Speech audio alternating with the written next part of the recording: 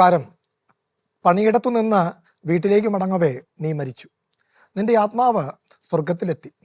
ഒരു മാലാഖ നിന്നെ സ്വീകരിച്ചു, ഉപചാരപൂർവം സൽക്കരിച്ചു. സ്വർഗം അതിമനോഹരമായിരുന്നു, സമ്പൽ സമൃദ്ധമായിരുന്നു. നീ സ്വർഗം മുഴുവൻ നടന്നു കണ്ടു. അപ്പോൾ നിനക്ക് ഒരു കാര്യം ബോധ്യപ്പെട്ടു, നീ ഒറ്റയ്ക്കാണ്. നീ മാലാഖയോട് ചോദിച്ചു, എൻ്റെ കുടുംബക്കാരെവിടെ, എൻ്റെ സുഹൃത്തുക്കൾ എവിടെ? മാലാഖ പറഞ്ഞു, അവരൊക്കെ ഇവിടെ തന്നെയുണ്ട്. പക്ഷേ സ്വർഗത്തിൽ ഓരോരുത്തർക്കും പ്രത്യേകമായ പ്രതീസകൾ നൽകാറാണ് പതിവ്. അവരൊക്കെ അവരുടേതായ പ്രതീസകളിലുണ്ട്. ഇതാണ് നിന്റെ പ്രതീസ. അപ്പോൾ നിനക്ക് വല്ലാത്ത ഒരു ഏകാന്തത അനുഭവപ്പെട്ടു. അവിടെ വിചിത്രമായ ഒരു സംഗതി അരങ്ങേറി. ഒരു കുഞ്ഞ് ചിരിക്കുന്ന ശബ്ദം കേൾക്കായി. നീ മാലാഖയോട് അതിനെക്കുറിച്ച് ചോദിച്ചു. മാലാഖ പറഞ്ഞു, സ്വർഗത്തിലേക്ക് കടന്നു വന്ന ഒരു ആത്മാവിൻ്റെ ശബ്ദമാണത്. ആ ശബ്ദത്തിന് കാതോർക്കവേ നിനക്ക് അഭൂതപൂർവമായ ഒരു ആനന്ദാനുഭൂതി ഉണ്ടായി. അപ്പോഴേക്ക് അതിലും വിചിത്രമായ മറ്റൊരു സംഗതി അരങ്ങേറി. ഒരു വൃദ്ധൻ്റെ ശബ്ദം കേൾക്കായി. നീ മാലാഖയോട് അതിനെക്കുറിച്ച് ചോദിച്ചു. മാലാഖ പറഞ്ഞു, സ്വർഗത്തിലേക്ക് ആദ്യമായി കടന്നു വരുന്ന ഒരു ആത്മാവിൻ്റെ ശബ്ദമാണത്. നീ ആ ശബ്ദത്തിന് കാതോർക്കവേ നിനക്ക് അഭൂതപൂർവമായ ഒരു ആശ്ചര്യാനുഭൂതി ഉളവായി. തുടർന്ന് അതിലും വിചിത്രമായ മറ്റൊരു സംഗതി അരങ്ങേറി. ഒരു കൂട്ടം ആളുകൾ ചിരിക്കുകയും സംസാരിക്കുകയും ചെയ്യുന്ന ശബ്ദം കേൾക്കായി. നീ അതിനെക്കുറിച്ച് മാലാഖയോട് ചോദിച്ചു. മാലാഖ പറഞ്ഞു, ഒരു കുടുംബ സംഗമത്തിൻ്റെ ശബ്ദമാണത്. നീ അത് കേൾക്കവേ അഭൂതപൂർവമായ ഒരു സ്വത്വാനുഭവം നിനക്കുണ്ടായി. അപ്പോഴേക്ക് അവിടെ അതിലും വിചിത്രമായ മറ്റൊരു സംഗതി അരങ്ങേറി. ഒരു ഏകാന്തമായ ശബ്ദം കേൾക്കായി. അത് ദൈവത്തിൻ്റെ ശബ്ദമായിരുന്നു. ദൈവം പറഞ്ഞു, സ്വർഗത്തിലേക്ക് സ്വാഗതം എന്ന്. നീ ആ വാക്കുകൾക്ക് കാതോർക്കവേ ദൈവം സംസാരിച്ചു. ദൈവം പറഞ്ഞു, ഞാൻ അണ്ടമാണ്, നീ കോഴിക്കുഞ്ഞും എന്ന്. നിനക്കൊന്നും മനസ്സിലായില്ല. നീ ദൈവത്തോട് വിശദീകരിക്കുവാൻ ആവശ്യപ്പെട്ടു. ദൈവം പറഞ്ഞു, അണ്ടം പ്രപഞ്ചമാണ്, കോഴിക്കുഞ്ഞ് ആത്മാവും എന്ന്. നീ അത് ഒന്നുകൂടി വിശദീകരിക്കുവാൻ ആവശ്യപ്പെട്ടു. ദൈവം പറഞ്ഞു, ഈ പ്രപഞ്ചം ജനനത്തിൻ്റെയും മരണത്തിൻ്റെയും ഇടമാണ്, ആത്മാവ് ശാശ്വതവും എന്ന്. നീ ആ വാക്കുകൾക്ക് കാതോർക്കവേ ദൈവം വീണ്ടും സംസാരിച്ചു. ദൈവം പറഞ്ഞു, നീ അണ്ടമാണ്, ഞാൻ കോഴിക്കുഞ്ഞും എന്ന്. നീ ആശയക്കുഴപ്പത്തിലായി. ദൈവം അത് വിശദീകരിച്ചു. ദൈവം പറഞ്ഞു, ഞാൻ ആത്മാവാണ്, നീ പ്രപഞ്ചവുമാണ് എന്ന്. ഞാൻ ആ വാക്കുകൾക്ക് കാതോർക്കവേ ദൈവം വീണ്ടും സംസാരിച്ചു. ദൈവം പറഞ്ഞു, നമ്മളെല്ലാം അണ്ടമാണ്, നമ്മളെല്ലാം കോഴിക്കുഞ്ഞുങ്ങളുമാണ് എന്ന്. ഞാൻ ആ വാക്കുകൾക്ക് കാതോർക്കവേ എനിക്ക് ഒരു അഭൂതപൂർവമായ ഏകതാബോധമുണ്ടായി. അപ്പോഴേക്ക് ദൈവം വീണ്ടും സംസാരിച്ചു. ദൈവം പറഞ്ഞു, നമ്മളെല്ലാവരും ഒന്നാണ് എന്ന്. ഞാൻ ആ വാക്കുകൾക്ക് കാതോർക്കവേ എനിക്ക് അഭൂതപൂർവമായ ശാന്തിയും സമാധാനവും ഉണ്ടായി. അപ്പോഴേക്ക് അവിടെ അതിലും വിചിത്രമായ മറ്റൊരു സംഗതി അരങ്ങേറുകയായി. എനിക്ക് ഉത്തമമായ ബോധ്യമുണ്ടാവുകയായി, ഞാൻ വീടണഞ്ഞിരിക്കുന്നുവെന്ന്. അതെ, ഒടുവിൽ ഞാൻ വീടണഞ്ഞിരിക്കുന്നുവെന്ന്. പ്രശസ്തനായ അമേരിക്കൻ സാഹിത്യകാരൻ ആൻഡി വെയർ എഴുതിയ ദി എഗ് എന്നു പേരായ ഒരു ചെറുകഥയുണ്ടല്ലോ, അതാണ് ഞാനിവിടെ സംക്ഷിപ്തമായി വിവരിക്കുവാൻ ശ്രമിച്ചത്. ജീവിതവും മരണവും നശ്വരതയും പ്രതീക്ഷയും മറ്റും പ്രതിപാദ്യ വിഷയങ്ങളായിക്കൊണ്ട ഈ കഥ ഈ സുദിനത്തിൽ, ചാരബുധനെന്നോ ക്ഷാരബുധനെന്നോ വിളിക്കുന്ന ഈ പുണ്യദിനത്തിൽ, സമാനമായ പ്രമേയങ്ങളെ കൊണ്ട ഈ ദിനത്തിൽ തികച്ചും വായനാർഹമത്രേ. ക്ഷാരബുധൻ മുന്നോട്ട് വയ്ക്കുന്ന പ്രമേയങ്ങളെ ആസ്പദമാക്കി ചില വിഖ്യാതങ്ങളായ മലയാള സംസ്കൃത കാവ്യകൃതികളിൽ നിന്ന് തിരഞ്ഞെടുത്ത ഏതാനും പദ്യങ്ങൾ ഇവിടെ അക്ഷരശ്ലോക മാതൃകയിൽ അവതരിപ്പിക്കുകയും അവയുടെ വൈശിഷ്ട്യങ്ങളിലേക്ക് കടന്നു ചെല്ലുകയും ചെയ്യുക. കൂടാതെ ഇതിനൊക്കെ നിദാനമായ വേദപുസ്തകത്തിലൂന്നി വിചിന്തനം നടത്തുക. ഇതൊക്കെയാണ് ഇന്ന് ഉദ്ദേശിക്കുന്നത്. ഗുഡ്നസ് ടിവിയിലെ എല്ലാ മാന്യപ്രേക്ഷകരെയും ഞങ്ങൾ ബുധവിഭൂതികൾ എന്ന് പേരിട്ട് വിളിക്കുന്ന ആഷ് വെനസ്ഡേ ദിന പ്രത്യേക പരിപാടിയിലേക്ക് ഹാർദമായി സ്വാഗതം ചെയ്തുകൊള്ളുന്നു. ഇന്ന് എനിക്കൊപ്പം ഇവിടെ 2 പേരുണ്ട്. ഒരാൾ സിസ്റ്റർ ലഫ്ലിറ്റ്, FCCയിലെ, അതായത് ഫ്രാൻസിസ്കൻ ക്ലാരിസ്റ്റ് കോൺഗ്രിഗേഷനിലെ ഇരിഞ്ഞാലക്കുട പ്രോവിൻസിലെ അംഗമാണ്. ഗുഡ്നസ് ടിവിയിൽ വിശുദ്ധരിൽ നിന്ന് വിശുദ്ധിയിലേക്ക് എന്ന പരമ്പര അവതരിപ്പിച്ചു വരുന്നുമുണ്ട് സിസ്റ്റർ ലഫ്ലിറ്റ്. നമസ്കാരം. ഇനിയൊരാൾ നിത്യ, അക്ഷരശ്ലോക വേദികളിലെ സാന്നിധ്യവും കുറവിലങ്ങാട്ടെ ദേവമാതാ കോളേജിലെ MA മലയാളം വിദ്യാർത്ഥിയുമായ നിത്യ. നമസ്കാരം.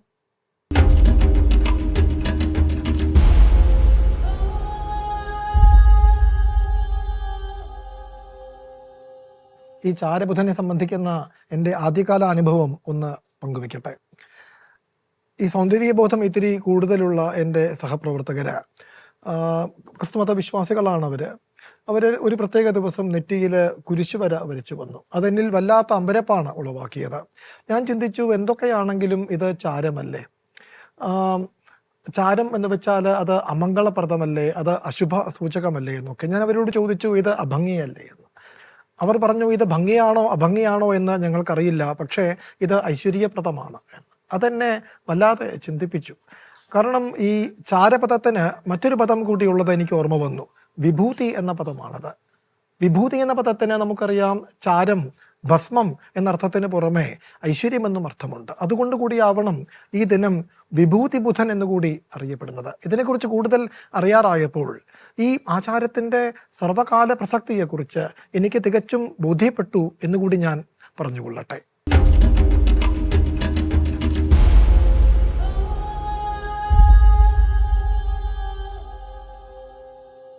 സിസ്റ്റർ, ഈ ആഷ് വെനസ്ഡേ ഇതിന്റെ ബൈബിൾ പശ്ചാത്തലം ഒന്ന് ഓർത്തെടുക്കാം.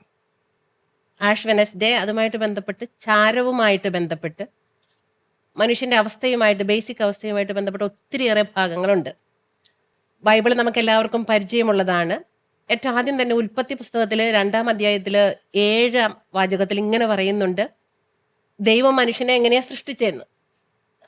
ദൈവം മനുഷ്യനെ സൃഷ്ടിച്ചത് മണ്ണിൽ നിന്ന്, പൂഴിയിൽ നിന്ന് മനുഷ്യന്റെ രൂപം മെനഞ്ഞെടുക്കുകയും ആ രൂപത്തിന്റെ നാസാരന്ധ്രങ്ങളിലേക്ക്, മൂക്കിലേക്ക് തൻ്റെ ജീവശ്വാസം നിശ്വസിക്കുകയും ചെയ്തു. നമുക്കറിയാം, ഒരു വ്യക്തിയുടെ ജീവൻ പോയാൽ അവൻ പോകാനുള്ളത് മണ്ണിലേക്ക്. അത് ഏത് രൂപമെടുത്താലും, ഏത് മതത്തിലായാലും അവസാനം പ്രകൃതിയിലേക്ക് തന്നെ ആ മനുഷ്യൻ പോവുകയാണ്. ബോഡി വളരെ മണ്ണിനോട് ചേർന്നതാണ്. അതുകൊണ്ടാണ് നമ്മൾ ഈ ആഷ് വെനസ്ഡേയിൽ നെറ്റിയിൽ കുരിശ് വരയ്ക്കാണ്, ഭസ്മം കൊണ്ട് അല്ലെങ്കിൽ ചാരം കൊണ്ട്.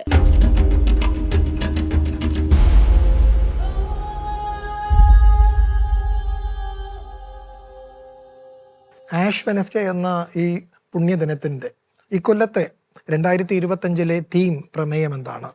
ലിവിങ് ഹോപ്പ് എന്നത്രേ, സജീവമായ പ്രതീക്ഷ എന്നത്രേ. പല നാടുകളും അംഗീകരിച്ച ഒരു തീമാണത്. നമുക്കും അത് കൈക്കൊണ്ടുകൂടെയോ? പ്രതീക്ഷ, അതായത് ഏതൊരു ദുരവസ്ഥയിലൂടെയും കടന്നു പോകുന്ന മനുഷ്യനെ ഏതൊന്ന് ജീവിക്കാൻ പ്രേരിപ്പിക്കുന്നുവോ അതത്രേ പ്രതീക്ഷ. അതുകൊണ്ട് കൂടിയാവണം ഫ്രാൻസിസ് മാർപ്പാപ്പ താൻ തൻ്റെ ധന്യമായ ജീവിതത്തെ ഒരു ആത്മകഥയായി ആവിഷ്കരിച്ചപ്പോൾ അദ്ദേഹം അതിന് ഹോപ്പ്, പ്രതീക്ഷ എന്നു പേർ നൽകിയത്. ലിവിങ് ഹോപ്പ്, സജീവമായ പ്രതീക്ഷ എന്നതാകട്ടെ യേശുക്രിസ്തുവിനെ നേരിട്ട് കുറിക്കുന്ന ഒരു പദപ്രയോഗം കൂടിയാണ്.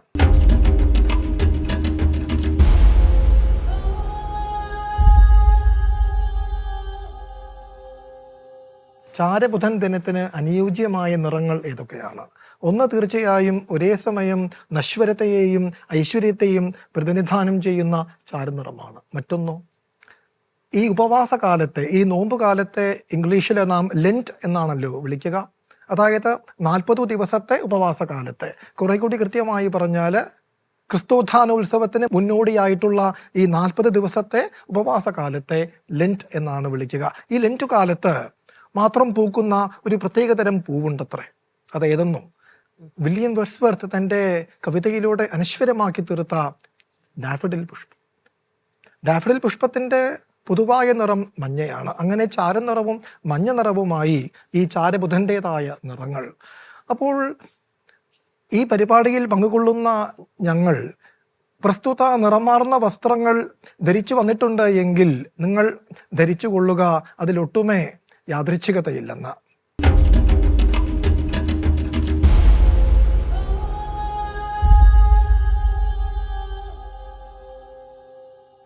ഈശോ 40 ദിവസം 40 ദിനരാത്രങ്ങൾ ഉപവസിച്ചുവല്ലോ. ഉപവാസാനന്തരം ആർക്കും വിശക്കും, ഈശോയ്ക്കും വിശന്നു.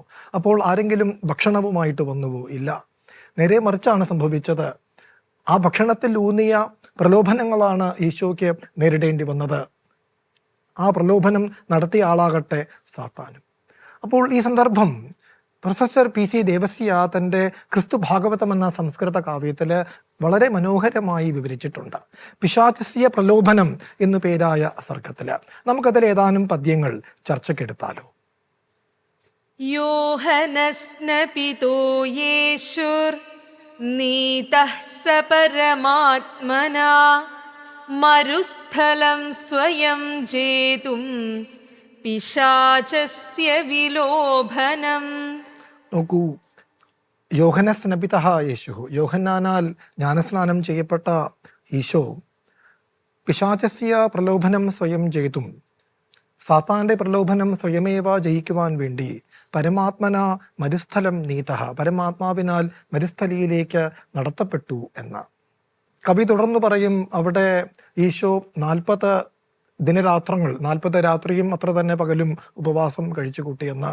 അപ്പോൾ അവിടെ പ്രലോഭനങ്ങളുമായി സാത്താൻ വരികയായി. അപ്പോൾ പിശാച്, സാത്താൻ, ആരാണ് സാത്താൻ, എന്താണ് സാത്താൻ എന്ന് കവി ദേവസ്യ നിർവചനം നൽകുന്നുണ്ട്. നമുക്ക് ആ പദ്യത്തിലേക്ക് ഒന്ന് കടന്നാലോ. സർവവിദ്വേഷചിന്താനാം സർവകുത്സിതകർമ്മണാം സർവദുർവചസാം മൂർത്തി പിശാചസ്തു പ്രകീർത്യതേ. അതെ, സർവ വിദ്വേഷ ചിന്താനാം, എല്ലാ ശത്രുതാ മനോഭാവങ്ങളുടെയും, സർവ കുത്സിത കർമ്മണാം, എല്ലാ ചീത്ത ചെയ്തികളുടെയും, സർവ ദുർവചസാം, എല്ലാ ചീത്ത വാക്കുകളുടെയും മൂർത്തിമത് ഭാവമത്രേ പിശാച്.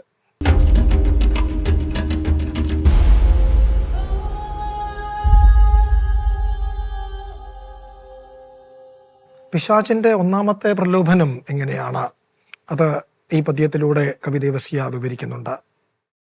സയേഷുമുപഗമ്യാഃ യദി ദേവസുതോ ഭവേ തർഹി മേ പ്രസ്തരാ പൂപാഃ ഭവേയുസ്ത്വം തഥാ ദിശ.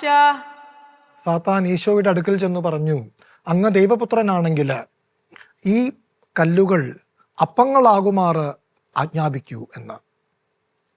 അപ്പോൾ അതിന് ഈശോയുടെ മറുപടി എന്താണ്, അതും കവി ദേവസ്യ കുറിക്കുന്നുണ്ട്. ന കേവലമപൂപേന നരോ ജീവതി കിം തു സഃ മുഖാനിർഗച്ഛതാ ധാതുർ വചസാ യേന കേനചിത്. ഈശോയുടെ മറുപടി എന്താണ്? മനുഷ്യൻ കേവലം അപ്പം കൊണ്ട് മാത്രമല്ല ജീവിക്കുന്നുള്ളൂ, ദൈവത്തിൻ്റെ മുഖത്ത് നിന്ന് പുറപ്പെടുന്ന വാക്കുകൾ കൊണ്ടുകൂടിയാണ് എന്ന്. സാത്താൻ അടുത്ത പ്രലോഭനത്തിലേക്ക് കടക്കുകയാണ്, അതും കവി ദേവസ്യ കുറിച്ചിട്ടുണ്ട്. നമുക്ക് ആ പദ്യത്തിലേക്ക് കടക്കാം. ശ്രുത്വാ പ്രതിവചഃ ക്രിസ്തോ നീത്വാ തം പുണ്യപത്തനം ശിഖരേ ദേവഗേഹസ്യ സ്ഥാപയിത്വാ ജഗാദസ. പുണ്യപത്തനം എന്നാണ് കവി ദേവസ്യ പ്രയോഗിക്കുന്നത്.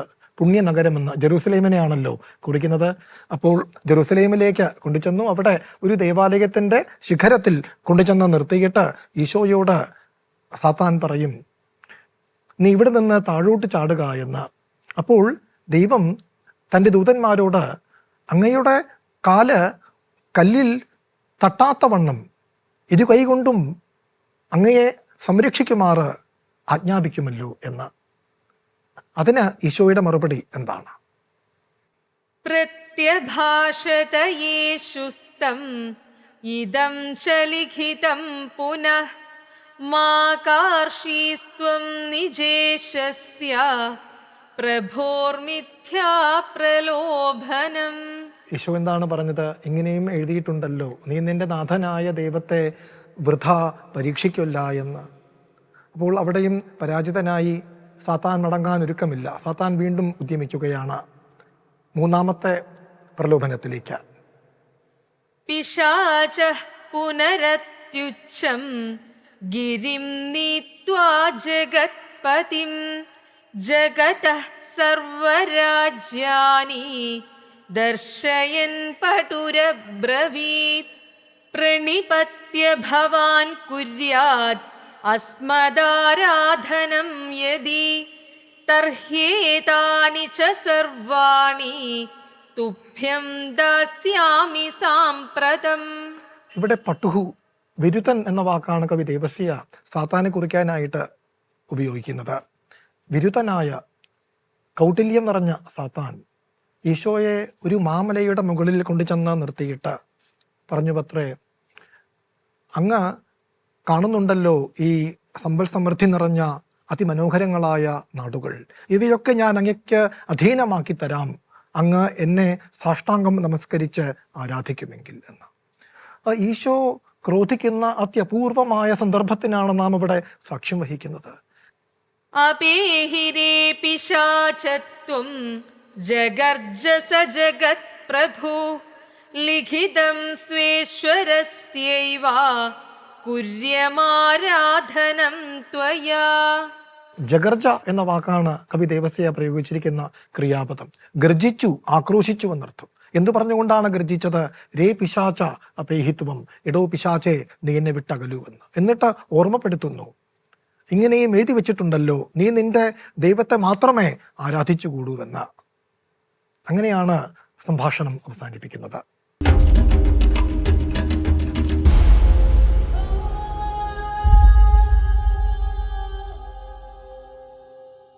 സിസ്റ്റർ, ഈ പിശാചിൻ്റെ പ്രലോഭനവും ഈശോയുടെ പ്രതികരണവും നമ്മൾ കവി ദേവസ്യ എഴുതിയ ക്രിസ്തു ഭാഗവത ദൃഷ്ടിയ നോക്കിക്കണ്ടു. ഇതിൻ്റെ ഒരു ബൈബിൾ പശ്ചാത്തലം ഒന്ന് ഓർത്തെടുക്കാമോ? മരുഭൂമി അനുഭവത്തിൽ ഓരോ അനുഭവങ്ങളും നമ്മൾ ഫേസ് ചെയ്യുമ്പോൾ എങ്ങനെയാണ് അതിനെ നമ്മൾ നേരിടേണ്ടത് എന്ന് ഈശോ നമ്മളെ പഠിപ്പിച്ചു തരികയാണ്. അങ്ങനെ 40 ദിവസം ഈശോ ഉപവസിച്ചു. അപ്പം നമുക്കറിയാം 40 ദിവസം പ്രാർത്ഥിച്ചു കഴിഞ്ഞാൽ ശക്തി പ്രാപിക്കും. അത് കഴിഞ്ഞ് ഇറങ്ങിയപ്പം നമുക്കറിയാം 40 ദിവസം ഉപവസിച്ചാൽ വിശന്നു. അപ്പൊ തന്നിൽ നിന്നോ ഒരു ശക്തി അല്ലെങ്കിൽ ഒരു നെഗറ്റീവ് ശക്തി, നമ്മൾ ഈ പിശാച് എന്ന് പറയുമ്പോൾ അത് തോന്നലാകാം, അനുഭവങ്ങളാകാം, മാനുഷിക ലെവലിന്റെ ഒരു ചിന്തകളാകാം, എന്തായാലും ഒരു സ്പിരിറ്റ് അവിടെയുണ്ട്. എല്ലാ പ്രലോഭനങ്ങളെയും ദൈവിക ശക്തി കൊണ്ട്, വചനം കൊണ്ട് വേണം അതിജീവിക്കാൻ എന്നാണ് ഈ ഭാഗം നമ്മളെ ഓർമ്മിപ്പിക്കുന്നത്. ശക്തിയുള്ള ദൈവത്തിന്റെ പുത്രനായ ദൈവം തന്നെയായ ഈശോയെ സാത്താൻ ഇത്രമേൽ പരീക്ഷിച്ചുവെങ്കിൽ സാധാ ജനങ്ങളായ നമ്മെ എത്രമാത്രം പരീക്ഷിക്കും? അതിനെല്ലാം അതിജീവിക്കണമെങ്കിൽ യേശുവിനെ പോലെ നമ്മിൽ നിർലീനമായിരിക്കുന്ന ദൈവത്തിന്റെ വചനത്തെ, ദൈവത്തിന്റെ തോന്നിപ്പുകളെ, ദൈവത്തിന്റെ വലിയ മൂല്യങ്ങളെ എടുത്ത് പ്രയോഗിക്കാൻ അനുദിന ജീവിതത്തിൽ നമുക്ക് കഴിയണമെന്നാണ് ഇത് നമ്മളെ കാണിക്കുന്നത്. മത്തായിയുടെ സുവിശേഷത്തിലും അല്പം ക്രമം തെറ്റി ലൂക്കായുടേതിലും അതിസംക്ഷിപ്തമായിട്ട് മർക്കോസിൻ്റെതിലുമാണ് നാം ഈ സംഗതി, പിശാചിൻ്റെ പ്രലോഭനവും ഈശോയുടെ പ്രതികരണവും നാം വായിക്കുന്നത്.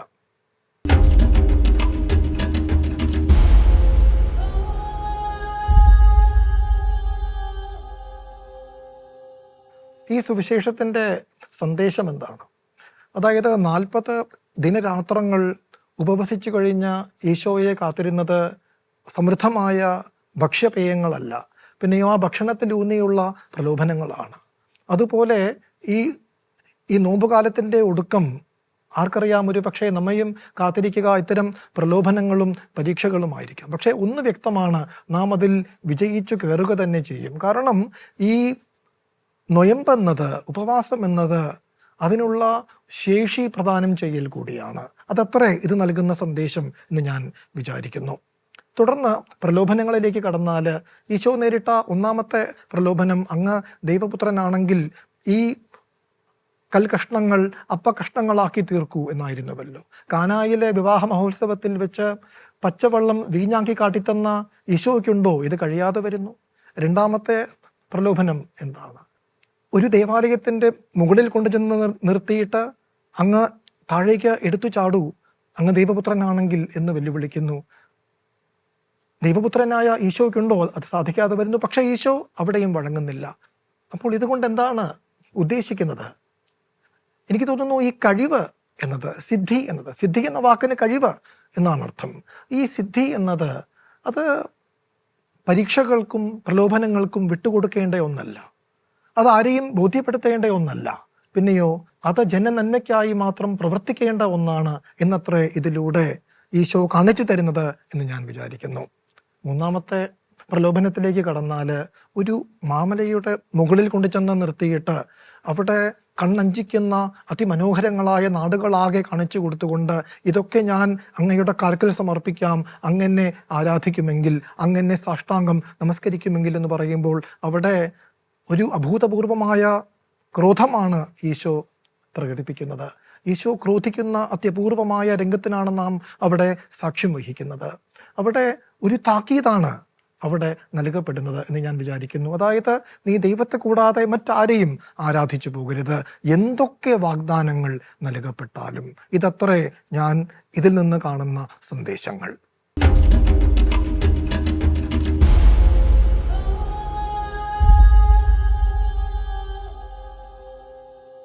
ആഷ് വെനസ്ഡേക്ക് 3 മുഖങ്ങളുണ്ടെന്ന് കാണാം.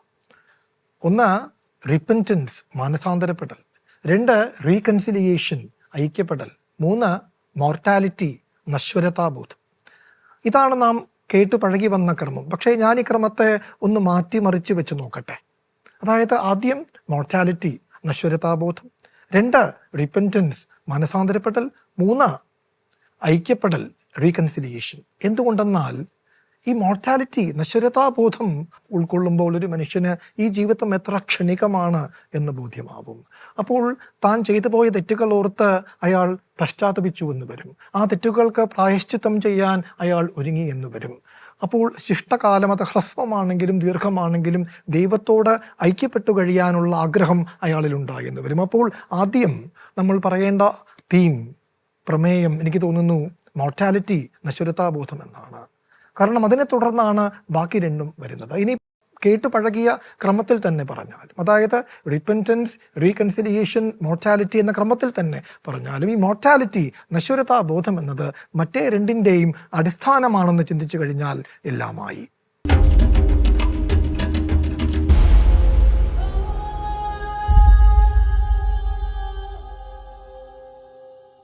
ഈ മോർട്ടാലിറ്റിയെ കുറിച്ച് പറയുമ്പോൾ, നശ്വരതാബോധത്തെക്കുറിച്ച് പറയുമ്പോൾ എനിക്കൊരു സംസ്കൃത പദ്യമാണ് ഓർമ്മ വരുന്നത്. അതിങ്ങനെയാണ്: ഒരു സത്കർമ്മം ചെയ്യാൻ ഒരുങ്ങുന്ന മനുഷ്യനെ സംബന്ധിച്ച് ഒരു കവി പറയും, ക്ഷണം വിത്തം.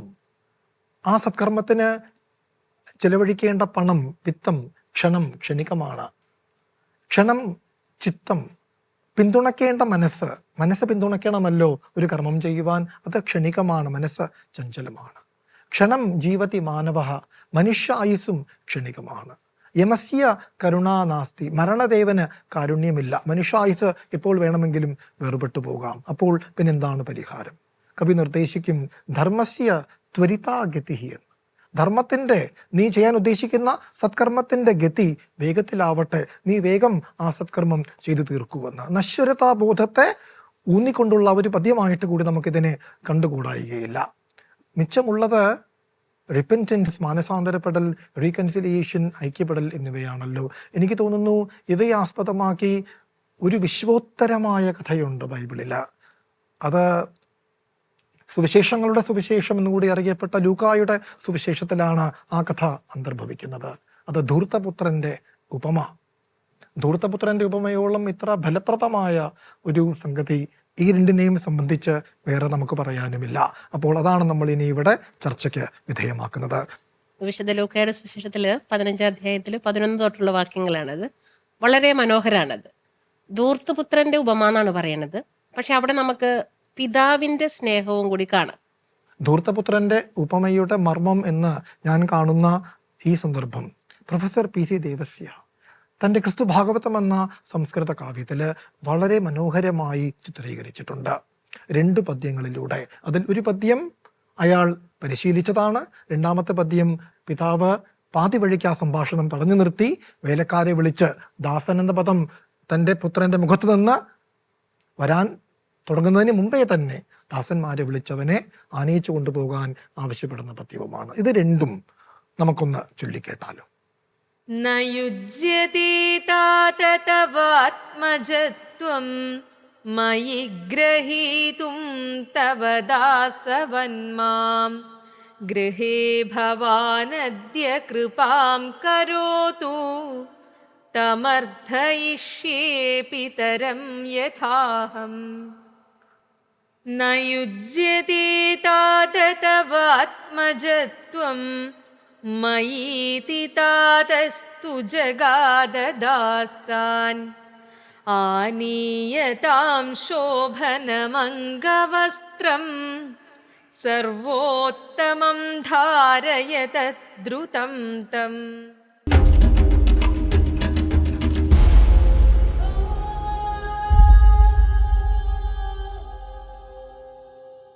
ഈശോ ചെയ്ത ഉപവാസം താൻ ഈ സമൂഹത്തോട് നടത്താൻ പോകുന്ന പ്രസംഗ പരമ്പരയ്ക്കുള്ള ഒരു മഹത്തായ തയ്യാറെടുപ്പത്രേ.